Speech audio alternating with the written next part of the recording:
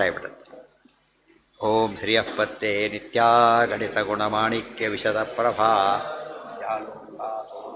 ಕಲಾವತ್ಯ ತಮಸೇ ಜಗಜ್ಜನ್ಮಸ್ಥೇಮ ಪ್ರಳಯ ರಚನಾಶೀಲ ವಪುಷೇ ನಮೋ ಅಶೇಷಾಮ್ನಾಯ ಸ್ಮೃತಿಹೃದಯ ದೀಪ್ತಾಯ ಹರಯೇ.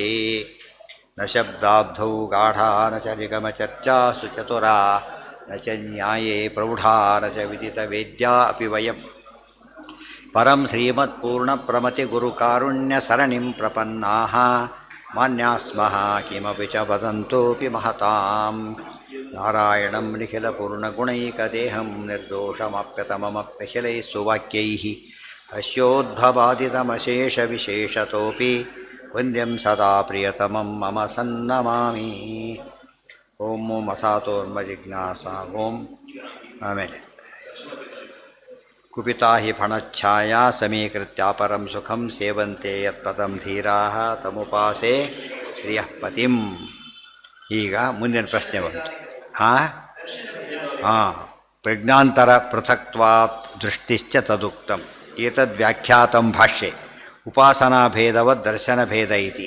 ತಾತ್ಪರ್ಯ ಏನು ಅಂದರೆ ಪ್ರಜ್ಞಾಂತರ ಪೃಥಕ್ತ್ವ ದೃಷ್ಟಿಶ್ಚ ತದುಕ್ತಂ.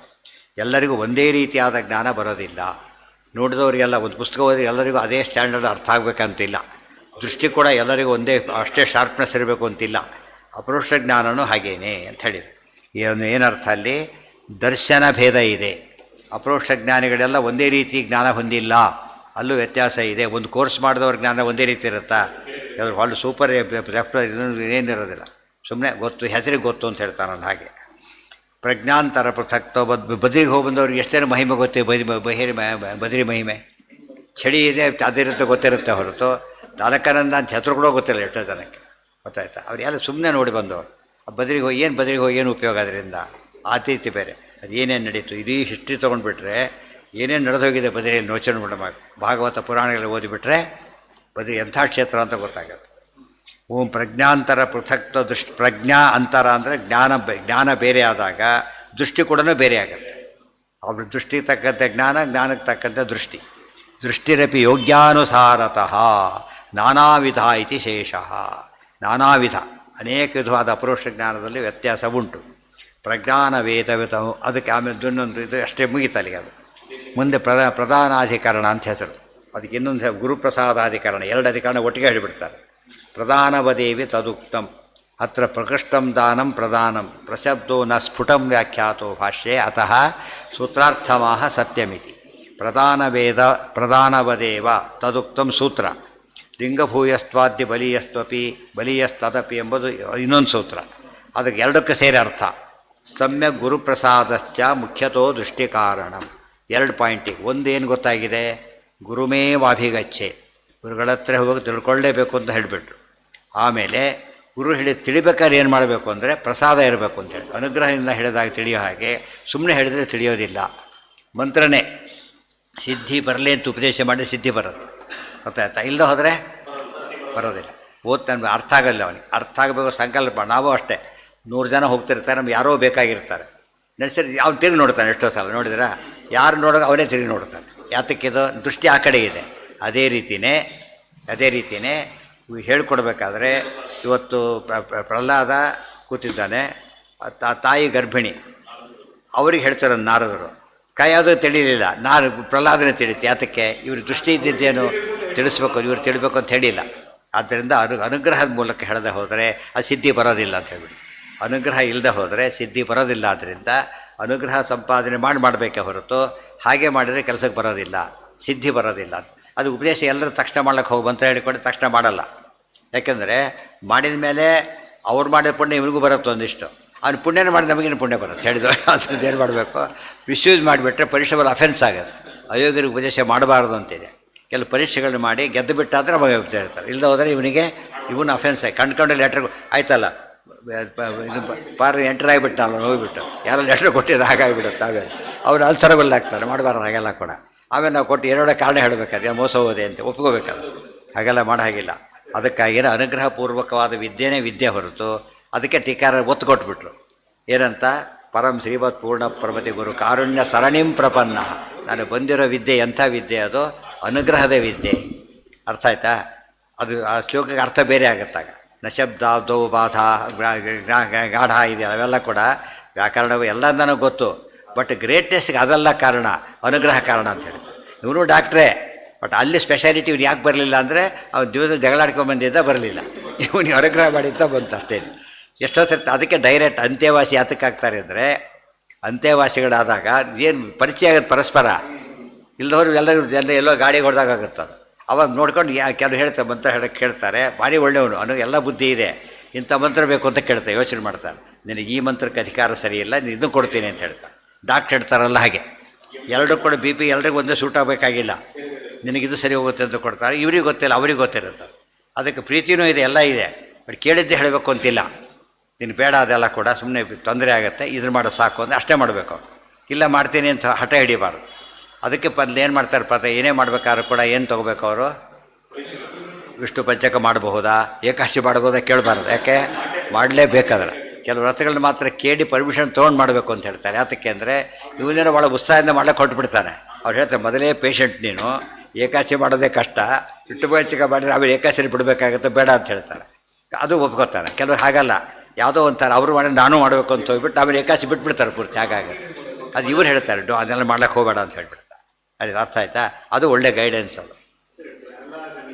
ಹಾಂ, ಎಷ್ಟೋ ದಿನ ಮೊದಲು ಮಾಡಿಬಿಡ್ತಾರೆ, ಆಮೇಲೆ ಏನಾಯ್ತು ಏನು ಅರ್ಥ ಕೇಳಿ ಯಾರ್ದು ಮಾಡಿದ್ದು ಫಸ್ಟ್ ನೀನೀಗ ಮನೆ ಭಿಕ್ಷೆಗೆ ಏರ್ಪಾಡು ಸ್ವಾಮಿಗಳು ಕರೆದೇ ಇಲ್ಲ, ಭಿಕ್ಷೆ ಏನು ಏರ್ಪಾಡು ಮಾಡ್ಕೊಂಡ್ಬಿಟ್ಟಿದ್ದಾರೆ ಅವನು, ಕರೆದು ನಮ್ಮನೆ ಎಲ್ಲ ಅನೌನ್ಸ್ಮೇಲೆ ಮಾಡಿಬಿಟ್ಟಿದ್ದಾರೆ, ಕೇಳಿ ನನ್ನ ಕರೆದೇ ಇಲ್ಲ ಅಂತ ಅವ್ರು ಹೇಳ್ತಾರೆ. ಹಾಗೆ ಇಲ್ಲೊಬ್ಬರು ಒಪ್ಕೊಂಡಾಗಿದೆ ಈಗಲೂ ಆಗಲೇ. ಅದು ಮೊದಲು ಅಲ್ಲಿಂದ ತಾನೇ ಶುರುವಾಗಬೇಕೀಗ, ಬರ್ತೀನಿ ಅಂತ ಒಪ್ಕೊಂಡ್ಮೇಲೆ ತಯಾರಿ ಶುರುವಾಗಬೇಕು ಹೊರತು ಇದು ಬೇರೆ. ಸಾಮಾನ್ಯ ತಯಾರಿ ಒಂದಿರಬೇಕು, ಬರ್ತೀನಿ ಅಂತ ಅಷ್ಟೇ ಮಾಡೋ ಹಾಗೆ, ಇಲ್ಲ ಹೋದರೆ ಅದು ಮಾಡೋಕ್ಕೆ ಬರೋದಿಲ್ಲ. ಅದು ಯಾವುದು ಸರಿಯಾಗಿ ಮ್ಯಾನೇಜ್ ಮಾಡಬೇಕಾದ್ರೆ ತುಂಬ ಜನ ಬರದೇ ಹೋದ್ರೆ ತಪ್ಪಾಗುತ್ತೆ ಏನೋ. ಹಾಂ, ಅಲ್ಲಿ ಆ ಕಾಲಕ್ಕೆ ಹೌದು ಹೌದು. ಮುಂದೆ ಹೌದು, ಅದು ಗುರು ಶಕ್ತಿ ಅದ್ರ ಮೇಲೆ ಡಿಪೆಂಡ್ ಆಗುತ್ತೆ. ಕೃಷ್ಣ ಯುದ್ಧದಲ್ಲಿ ರಣರಂಗನ ಉಪದೇಶ ಮಾಡಿಲ್ಲ, ಇಲ್ಲಿ ಪಾಠಶಾಲೆ ರಣರಂಗ ಆಗುತ್ತೆ ಇವತ್ತು ಎಷ್ಟೋ ಸಲ. ಸ್ಕೂಲು ಕಾಲೇಜ್ ರಣರಂಗಗಳು, ರಣರಂಗನ ಪಾಠಶಾಲೆ ಮಾಡ್ತಾನೆ ಕೃಷ್ಣ, ಎಷ್ಟು ಡಿಫರೆಂಟ್ ಅದು. ಅದು ಕೆಪಾಸಿಟಿ ಅದು. ಗುರುಪ್ರಸಾದಶ್ಚ ಮುಖ್ಯತೋ ದೃಷ್ಟಿ ಕಾರಣ, ಇವ್ರು ನಮ್ಮಲ್ಲಿ ಬಿಟ್ಟೋಗ್ಬಿಟ್ಟಿದೆ. ಅದರಿಂದ ಏನಾಯ್ತು, ಈಗ ವಾಮಾಚಾರಿಗಳಲ್ಲಿ ಗುರುಭಕ್ತಿ ಇಲ್ಲ ಅವರಿಗೆ. ಕಲಿಯೋರಿಗೆ ಕಲಿತಾರೆ, ಆ ವಿದ್ಯೆ ಅವನ ಮೇಲೆ ಪ್ರಯೋಗ ಮಾಡ್ತಾರೆ, ಫಸ್ಟ್ ಅವ್ರನ್ನ ಮಾಡಿ ಅವನ್ನ ಮೇಲೆ ಹೊಡ್ಬಿಡ್ತಾರೆ. ಇದು ಹಾಗಾಗೋದಿಲ್ಲ. ಇದರ ಗುರು ಅನುಗ್ರಹ ಯಾವಾಗಲೂ ಕಾನ್ಸ್ಟೆಂಟ್ ಬೇಕಿದೆ.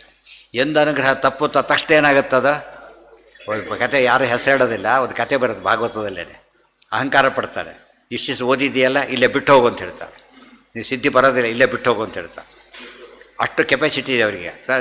ಅನೌನ್ಸ್ ಮಾಡ್ತಾರಲ್ಲ ಅವಾರ್ಡ್ ವಿತರಣಾ ಅಂತೇಳಿ, ಆ ಥರ ಮಾಡೋದು. ಗೂಂಡ ಕೊಟ್ಟು ಬಹುತರ್ತ ಆಗಿದೆ, ಯಾರೋ ಒಬ್ಬನಿಗೆ ಇವನು ಕ್ರಿಮಿನಲಿ ಸಿಕ್ಕೋಗ್ಬಿಟ್ಟಿದೆ. ಬಂದಾಗ ಅವ್ರು ಏನು ಮಾಡಿದ್ದಾರೆ ಅಂದರೆ ಅನೌನ್ಸ್ ವಾಪಸ್ ತೊಗೊಂಡ್ಬಿಡ್ತಾರೆ. ಆ ರೈಟ್ ಅವ್ರಿಗಿದೆ. ಆದ್ದರಿಂದ ಗುರುಗಳು ಆ ರೀತಿ ಮಾಡ್ಬೋದು. ಆದ್ದರಿಂದ ಗುರುಪ್ರಸಾದಕ್ಕೋಸ್ಕರ ಪ್ರಯತ್ನ ಪಟ್ಟಾಗ ಕಡಿಮೆ ಎಫರ್ಟ್ಸಿಂದ ದೊಡ್ಡ ಅಚೀವ್ಮೆಂಟ್ ಮಾಡ್ತಾನೆ, ದೊಡ್ಡ ಅಚೀವ್ಮೆಂಟಿಂದ ಕಡಿಮೆ ಎಫರ್ಟ್ಸ್ ಉಲ್ಟಾ ಪಲ್ಟಾಗಿಬಿಡುತ್ತೆ. ಅದಕ್ಕೋಸ್ಕರ ಎನ್ಹ್ಯಾನ್ಸ್ ಆಗ್ಬೇಕಾದ್ರೆ ಏನು ಮಾಡಬೇಕದು, ಗುರುಪ್ರಸಾದದಿಂದನೇ ಆಗಬೇಕು. ಅದು ಗುರುಪ್ರಸಾದ್, ಅದಕ್ಕೆ ಹೆಸರೇ ಇಟ್ಬಿಟ್ಟು ಗುರುಪ್ರಸಾದಾಧಿಕರಣ ಅಂತೇಳಿ. ಸಮ್ಯಕ್ ಗುರುಪ್ರಸಾದಶ್ಚ ಮುಖ್ಯತೋ ದೃಷ್ಟಿ ಕಾರಣಂ. ದೃಷ್ಟಿ ಅಂದರೆ ಅಪರೋಕ್ಷ ದೃಷ್ಟಿ ಅಂತ ಅರ್ಥ. ಅಪರೋಕ್ಷ ಜ್ಞಾನಕ್ಕೆ ಸಾಧನವಾಗ ಪಾಂಡಿತ್ಯ ಹಾಗೆ ಬರ್ಬೋದು. ಪಾಂಡಿತ್ಯ ಬರಲಿಕ್ಕೆ ಗುರು ಅನುಗ್ರಹ ಬೇಕಿಲ್ಲ, ಅಂದರೆ ಏನು ಬೇಡ ಅಲ್ಲ, ಅಲ್ಟಿಮೇಟ್ ಬೇಕಿಲ್ಲ, ಸುಮಾರೇ ಬಂದರೆ ಸಾಕು. ಅದು ಇದಕ್ಕೆ ಮಾತ್ರ ಯಾರು ಬೇಕೋ. ಇವತ್ತಿಗೆ ಯಾರು ಹುಡುಗ ಭಾಳ ಬುದ್ಧಿವಂತರಿರ್ತಾರೆ, ಎಲ್ಲೋ ಸಿಕ್ಕ ಕೇಳ್ತಾನೆ ಸರ್, ತಕ್ಷಣ ಉತ್ತರ ಕೊಡ್ತಾರೆ. ಉಳಿದವರಾದರೆ ಕ್ಲಾಸಲ್ಲಿ ತಿಳ್ಕೊಳ್ಳೋದೇ ನನ್ನ ಕೈಲಾಗಲ್ಲ, ಇದೇ ಹೋಗಿ ಬೈಕ್ ಕಳಿಸ್ಬಿಡ್ತಾರೆ. ಅಲ್ಲಿ ಬಂದಾಗ ಕೇಳೋ ಹೇಳ್ತೀನಿ ಅಷ್ಟು, ಇಲ್ಲಿ ಹೇಳಲ್ಲ. ಅವನಿಗೆ ಗೊತ್ತು ಇವ್ನು ಭಾಳ ಇಂಪಾರ್ಟೆಂಟ್ ಸ್ಟೂಡೆಂಟ್, ಇವನು ಚೆನ್ನಾಗಿ ಅರ್ಥ ಮಾಡ್ಕೊತಾನೆ. ಪಾಪ ಅವ್ನಿಗೆ ಬರಲಿಕ್ಕೆ ಎಲ್ಲ ಕಡೆ ಸರ್ ಏನೋ ಕೇಳಿದ್ದಾನೆ, ಸಿಕ್ಕಿದ್ದೀನಿ, ತಕ್ಷಣ ಜ್ಞಾನವಾಗಿ ಹೇಳಿ ಕಳಿಸ್ತಾನೆ. ಅದು ಪ್ರಸಾದ. ಸಂಬಳ ಕೊಟ್ಟಿದ್ದಾನೆ, ಫೀಸ್ ಕೊಟ್ಟಿದ್ದಾನೆ ಎಂಬ ಪ್ರಸಾದ ಬೇರೆ. ಫೀಸ್ ಕೊಟ್ಟಿದ್ದಾನೆ ಹೇಳಲೇಬೇಕು, ಬೆಸ್ಟ್ ಆದಮೇಲೆ ಪಾಠ ಮಾಡಿ ಹೊರಗೆ ಗೆಟೋಟದ ಕಳಿಸೋ ಅಧಿಕಾರ ಅವನಿಗಿಲ್ಲ. ಆದರೆ ಬೇರೆ ಹೊತ್ತ ಹೇಳಬೇಕಂತ ನಿಯಮ ಇಲ್ಲ. ಅದಕ್ಕೆ ಏನು ಮಾಡಬೇಕು, ಫೀಸ್ ಅಲ್ಲ, ಅದು ಅನುಗ್ರಹ ಮಾತ್ರ ಹೊರತು ಬೇರೆ ಅಲ್ಲ. ದೃಷ್ಟಿ ಕಾರಣಂ ಲಿಂಗಭೂಯಸ್ತ್ವಾತ್ತಾದ್ಯ ಬಲೀಯಸಿ, ಅದನ್ನು ನಾಳೆ ನೋಡೋಣಂತೆ. ಬಟ್ ಮೇನ್ ಪಾಯಿಂಟ್ ಏನಂದರೆ, ಗುರುಪ್ರಸಾದ ಇಲ್ಲದೆ ಹೋದರೆ ವಿದ್ಯೆ ಸಾರ್ಥಕವಾಗೋದಿಲ್ಲ. ಸಾರ್ಥಕ ಆಗೋದು ಅಂದರೆ ಏನು, ದುಡ್ಡು ಕಾಸು ಬರ್ಬೋದು ಬೇಕಾದಷ್ಟು, ಅಪರೋಕ್ಷ ಜ್ಞಾನ ಆಗಲಿಲ್ಲ, ಅದು ವೆರಿ ಇಂಪಾರ್ಟೆಂಟ್. ಅದಕ್ಕೆ ಎಷ್ಟೋ ಸರ್ತಿ ಇವರು ಲೆಟ್ರಿಗೆ ಮಿನಿಸ್ಟ್ರಿಗೆಲ್ಲ ಹೋಗ್ತಾರಲ್ಲ, ತುಂಬ ಜನ ಜನರು ಕೊಟ್ಬಿಡ್ತಾರೆ ಬೇಕಾದಷ್ಟು ಜನಕ್ಕೆ. ನಾವು ಪ್ರಿನ್ಸಿಪಾಲ್ ಆಗಿದ್ದಾಗಲೇ ಅಲ್ಲಿ ನೀರೇ ಮಿನಿಸ್ಟ್ರು ಇಷ್ಟು ಲೆಟ್ರ್ಗಳು ಇವನು ಅಡ್ಮಿಟ್ ಮಾಡಿ ಅಂತೇಳಿ, ಆದರೆ ಎಲ್ಲದ್ರ ಒಳಗೆ ಒಬ್ಬರಿಗೂ ಕೊಡಲೇ ಇಲ್ಲ. ಅದು ಆಗ ಅವ್ರು ಕೇಳಿದ್ರು ಒಬ್ಬರಿಗೆ ಕೊಟ್ಟಿಲ್ಲ ಅದಕ್ಕೆ ಇವರೆಲ್ಲ ಕೊಟ್ಟ ಕಾಲೇಜ್ ಮುಚ್ಚಬೇಕಾಗತ್ತೆ ಅಂತ ಹೇಳಿದೆ. ಎಲ್ಲ ಇವರು ಸಬ್ ಸ್ಟ್ಯಾಂಡರ್ಡ್ ಸ್ಟೂಡೆಂಟ್ಸು ಕೊಡೋಕ್ಕಾಗಲ್ಲ, ನಾಳೆ ಕೆಟ್ಟ ಹೆಸರು ನಿಮಗೆ ಬರುತ್ತೆ, ಆದ್ದರಿಂದ ಕೊಡೋದಿಲ್ಲ. ನೀವು ಲೆಟ್ರ್ ಕೊಟ್ಟು ಯಾರಿಗೂ ಕೊಡೋದಿಲ್ಲ, ನೀವು ಯಾರಿಗೆ ಕೊಡಲೇಬೇಕು ಅಂತ ಹೇಳ್ತೀರಿ 10 ಸೀಟ್ ಜಾಸ್ತಿ ಕೊಡೋದಿಲ್ಲ, ಅದನ್ನು ನೀವು ಫೋನ್ ಮಾಡಿ ಹೇಳಬೇಕು. ಬರೀ ಲೆಟ್ರ್ ಎಷ್ಟು ಕೊಟ್ಬಿಟ್ಟಿರ್ತೀರಿ, ಇದಕ್ಕೆ ಬೆಲೆನೇ ಇಲ್ಲ. ಇವಾಗಲೂ ಹಾಗಿದೆ, ಲೆಟ್ರ್ ಕೊಟ್ಟಿರೋದ್ರ ಕೆಲಸ ಆಯಿತು ಅಂತ ಅರ್ಥ ಅಲ್ಲ, ಹೇಳಬೇಕು. ಅವರು ಫಾಲೋ ಬಂದು ಸ್ಪೆಷಲ್ ತರಿಸ್ತಾರೆ, ಅವರೇ ಇಂಕ್ ಬೇರೆ ಮಾಡಿರ್ತಾರಂತೆ, ಈ ಇಂಕಲ್ಲಿ ಮಾಡಿದರೆ ಕೊಟ್ಟೆ ಈಗ ಇಲ್ಲ ಅಂತ ಅಂಡರ್ಸ್ಟ್ಯಾಂಡಿಂಗ್ ಇರುತ್ತೆ ಅಂತ. ಇವ್ರಿಗೆ ಇಲ್ಲ ಅಂತ ತರಿಸ್ಕೋಬಾರ್ದು ಅಂಥೇಳಿ ಕೊಟ್ಟ ಮಾಡಿಬಿಡೋದು. ಕೊಡಲೇಬೇಕು ಅಂತಂದರೆ ಅವ್ರು ಬೇರೆ ರೀತಿ ಹೇಳ್ತಾರೆ, ಅದು ಟ್ಯಾಕ್ಸ್ ಎಲ್ಲರಿಗೆ ಓಪನ್ನೇ ಕೊಡೋದಿಲ್ಲ ಅಂತೇಳಿ ಸಿಟ್ಟು ಬರುತ್ತೆ ಅವ್ರಿಗೆ. ನೋಡಪ್ಪ ಕೊಟ್ಟಿದ್ದೆ ಆಗಲಿಲ್ಲ ನಾನೇನು ಮಾಡಲಿ ಅಂತ ಹೇಳ್ತಾರಲ್ಲ, ಅದು ಯಾತಕ್ಕೆ ಹೇಳಿದ್ದು ಅಂದರೆ ಅನುಗ್ರಹ ಅನ್ನೋ ಸ್ಪೆಷಲ್ ಅದು ಪಡೆದೇ ಹೋದರೆ ಸಿದ್ಧಿ ಬರೋದಿಲ್ಲ. ಸಿದ್ಧಿ ಶಬ್ದಕ್ಕೆ ಪೌರುಷ ಜ್ಞಾನಕ್ಕೆ ಸಿದ್ಧಿ ಅಂತ ಕರೀತಾರೆ, ಬೇರೆ ಸಿದ್ಧಿ ಅಂತ ಕರೆಯೋದಿಲ್ಲ. ಎಲ್ಲೋ ಓದ್ದ ಸ್ಕೂಲಲ್ಲಿ ನಾನ್ ರೆಕಗ್ನೈಸ್ ಸ್ಕೂಲಲ್ಲಿ ಅವ್ನಿಗೆ ಕೆಲಸನೇ ಸಿಗೋದಿಲ್ಲ, ಯೂನಿವರ್ಸಿಟಿ ರೆಕಗ್ನೈಸೇ ಆಗಿಲ್ಲ ಅವ್ನು, ಅದು ವೇಸ್ಟ್ ಆಗಲಿಲ್ಲ. ಈಗ ಸಿದ್ಧಿ ಬರಲಿಲ್ಲ, ಯಾವ ಕೆಲಸ ಸಿಗಲಿಲ್ಲ, ಆದ್ದರಿಂದ ಅದು ವೇಸ್ಟ್. ಆ ರೀತಿ ಆಗಬಾರ್ದು.